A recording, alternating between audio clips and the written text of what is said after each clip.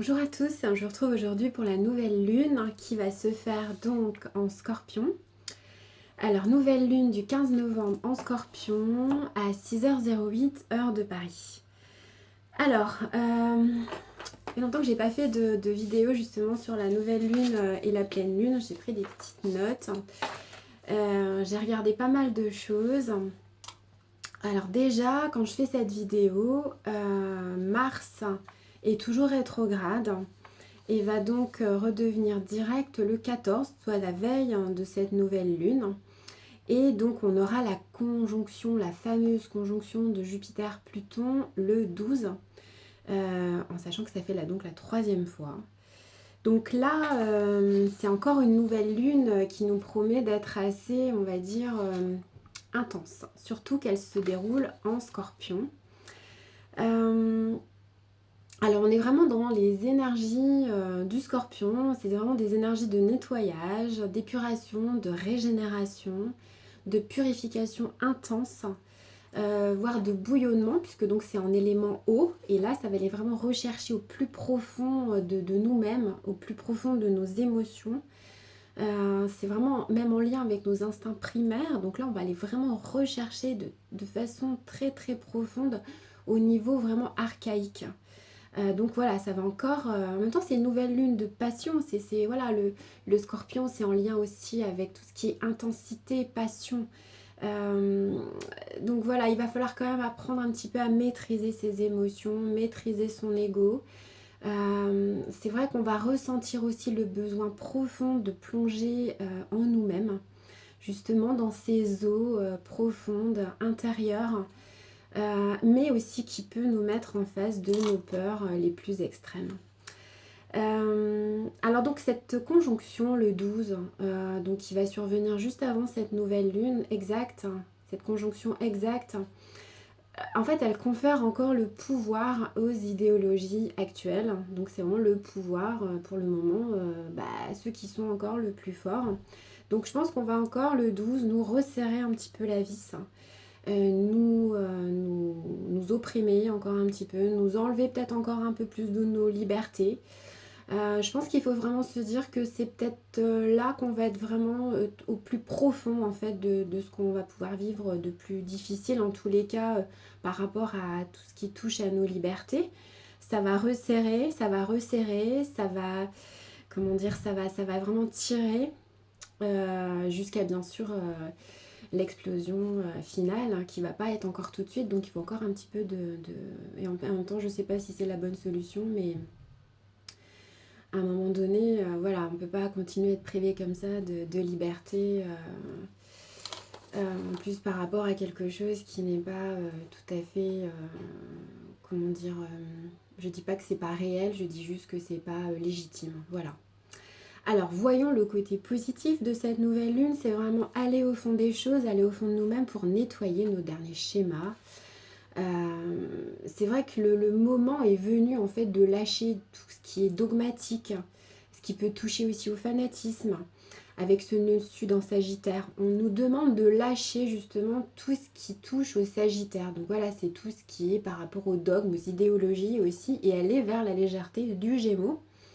Avec ce regard d'enfant, ce regard de notre enfant intérieur. Le Gémeaux, c'est aussi en lien avec Mercure, l'enfant intérieur, la communication, les échanges.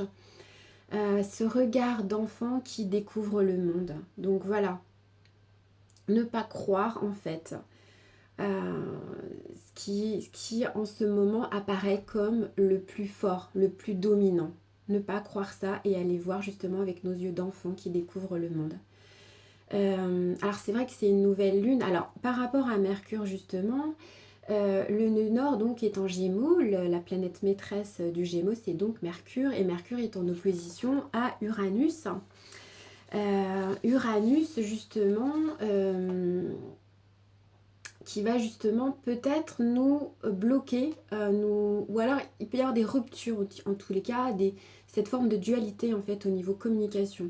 Et on le sent de toute façon cette dualité entre telle croyance, telle autre croyance, ce qui peut justement aussi conférer ce bouillonnement un petit peu révolutionnaire avec Uranus. Hein. Ça crée des dissensions au niveau de la communication. Donc ne pas justement, alors que le but c'est vraiment l'unité, l'unification, et cette nouvelle lune nous renvoie justement à cette unité. Je vais en parler juste après. Cette unité en soi, cette unité avec les autres. Donc ne pas partir dans la communication justement qui pourrait dégénérer un petit peu. Voilà. Qu'est-ce que j'ai noté d'autre? Bon, là, cette nouvelle lune nous demande vraiment une transformation profonde.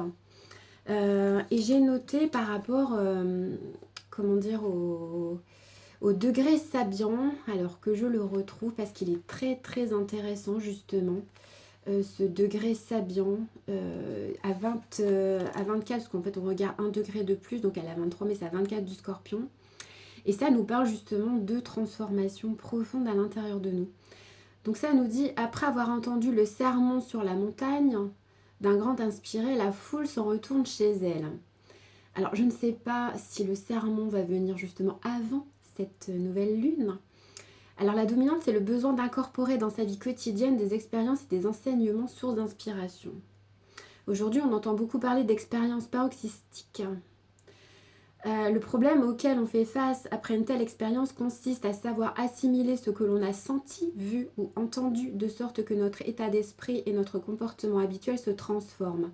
En l'absence de cela, l'expérience est susceptible de se révéler déroutante, voire nocive, au risque peut-être de mettre en péril notre intégrité. Je pense que ça nous demande vraiment d'aller à l'intérieur de nous pour démêler le vrai du faux. Ça nous dit aussi, cette quatrième étape, comme de coutume, nous suggère que l'on doit faire, nous suggère ce que l'on doit faire et comment le faire. Il se peut que le retour chez soi depuis le sommet de la montagne ou bien depuis toute chambre haute de la conscience amène à se sentir opprimé par les contingences habituelles de l'existence. Il se peut encore que l'âme, une fois illuminée, garde en elle une inspiration suffisante pour transformer chaque situation de la vie quotidienne. C'est le grand défi à la transformation. Donc je pense que quoi qu'il se passe, quoi qu'on nous dise, ça nous demande d'abord d'aller voir en nous-mêmes par rapport à ce qu'on ressent dans notre cœur, dans notre ressenti, et nous amener justement à cette grande transformation. Je pense que le monde est en train de se réveiller. Je le vois autour de moi, des personnes qui pensaient certaines choses en mars-avril, aujourd'hui me disent « Ah non, mais en fait, c'est ça en fait, la vérité c'est ça. » Les gens commencent à se rendre compte de la vérité et commencent à se réveiller. Donc voilà, c'est plutôt positif et justement on va vers cette grande transformation. Mais le pouvoir, voilà, il est quand même encore fort hein, avec cette conjonction de Jupiter-Pluton. Donc, mais le basculement est proche et pour moi, ça se fera vraiment, je pense, le 21 décembre, au moment où Jupiter-Saturne vont passer en Verseau, et on aura aussi à ce moment-là, je crois que c'est la veille, le carré exact aussi de Mars-Pluton. Donc ouais, ça peut nous amener vraiment voilà, vers quelque chose d'une libération, mais peut-être dans un sens révolutionnaire.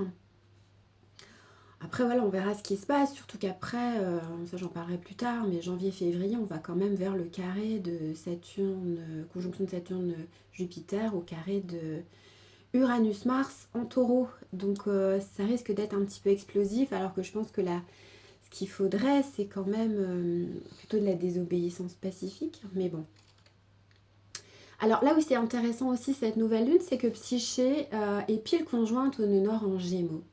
Je vous rappelle que Psyché, c'est l'octave supérieure de Vénus, c'est l'amour hautement spirituel, c'est l'astéroïde des flammes jumelles aussi, des couples sacrés, donc je pense qu'on a vraiment le plus possible besoin des flammes jumelles, de cet amour aussi en ce moment,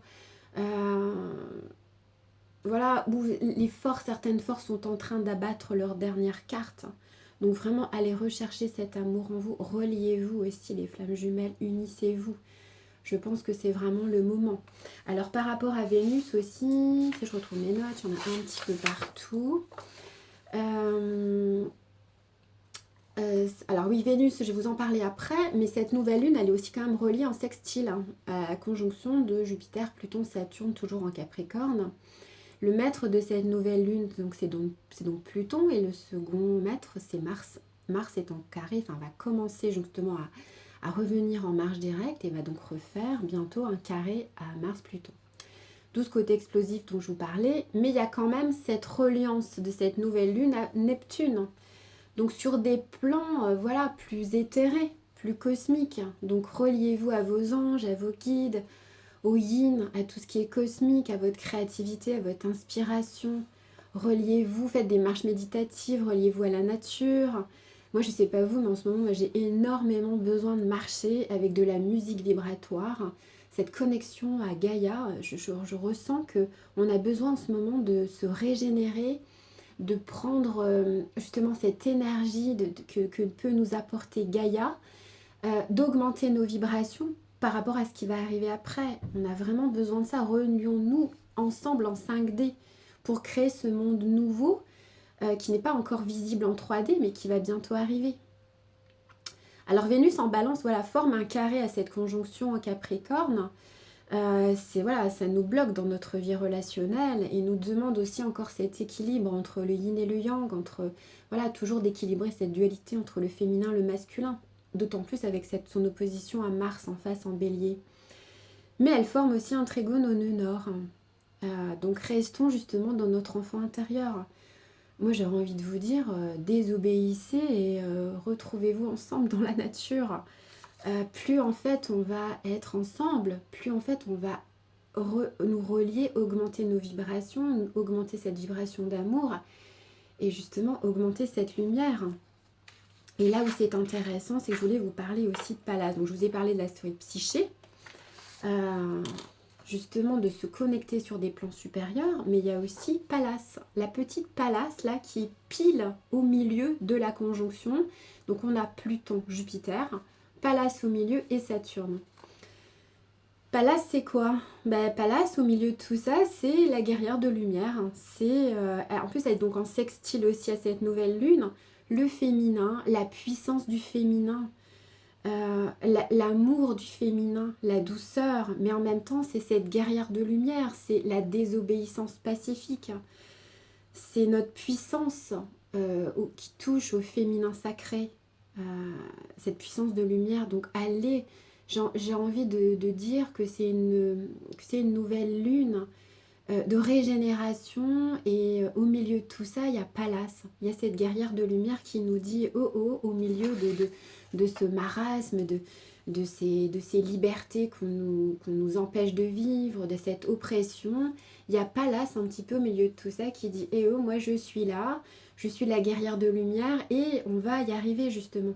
Donc relions-nous dans notre lumière intérieure ensemble et voilà. Et comme disait Gabriel Isis, la lumière a déjà gagné en 5D, même si ça ne se voit toujours pas en 3D.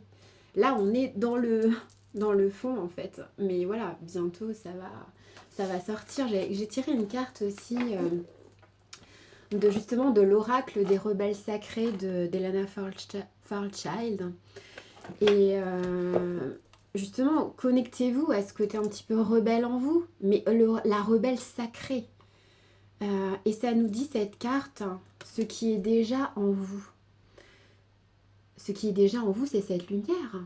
C'est cette lumière. Donc reconnectez-vous à votre lumière. Ne laissez pas les médias, les autres, qui sont justement actuellement dans des vibrations basses de peur, vous emporter avec eux dans ces énergies quand même assez difficiles actuellement. Donc en vous, il y a cette lumière, il y a cette Pallas, il y a cette guerrière de lumière, que vous soyez homme ou femme. Donc connectez-vous à Pallas, connectez-vous à cette lumière, connectez-vous à votre amour pour qu'ensemble, on crée ce monde nouveau. Mais en attendant, place justement à cette intériorité, cette régénération intérieure, pour qu'après, voilà, viennent d'autres énergies. Voilà. Mais n'hésitez pas sous cette vidéo à me donner un petit peu de vos nouvelles, voir un petit peu comment vous vivez actuellement les énergies actuelles, que vous soyez flamme jumelle ou non. Voilà, on a tous besoin, on a besoin de tout le monde, on a besoin de tous les travailleurs de lumière, de tous ces gens qui sont en train de se réveiller, de s'éveiller. Surtout quand les vérités vont tomber, je pense que ça va être difficile pour certaines personnes. Donc voilà, nous on est déjà conscients de tout ça et on est là pour aider toutes ces personnes qui vont se réveiller. Je vous fais plein de bisous, je vous embrasse bien fort. reliez-vous dans la nature, faites vos vœux de nouvelle lune. Et plus que jamais, sortez, désobéissez, allez dans la nature, ne restez pas confinés. Plein de bisous et à très bientôt.